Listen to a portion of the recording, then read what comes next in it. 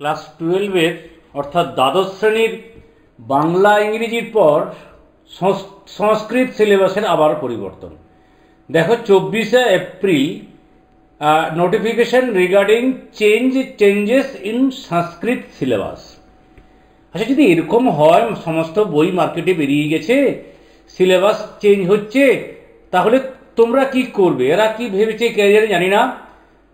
ভীষণ বিষয়টা কিন্তু স্টুডেন্টদের পক্ষে মোটেই সুখকর নয়। কি কি চেঞ্জ হলো চলো আমরা এবার দেখবো। এটা কিন্তু West Bengal Council of Higher Secondary এডুকেশনের এটা ওয়েবসাইট, তাতে এই তথ্যটা আজকে দেখলাম এবং জানলাম যে কি চেঞ্জ হচ্ছে আর কি। দেখো এটা বেরিয়ে এলো, অর্থাৎ পিডিএফটা। তৃতীয় সেমিস্টার ইউনিট 1 গদ্যে শ্রীমতী এর পরিবর্তে রাজবাহন চরিতম এর অংশবিশেষ পাঠ্যসূচির অন্তর্ভুক্ত হয়েছে।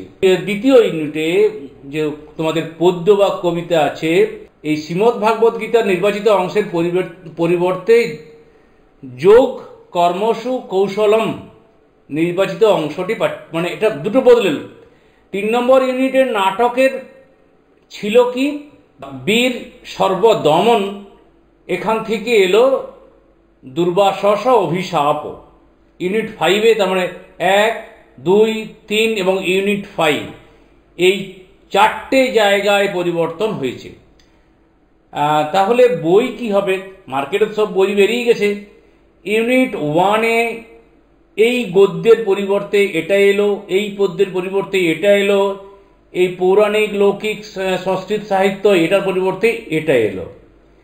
তো বুঝতেই পারছো কীরকম তোমরা চাপে থাকবে। বই যদি কিনেছ সে বইটি বেকার হবে।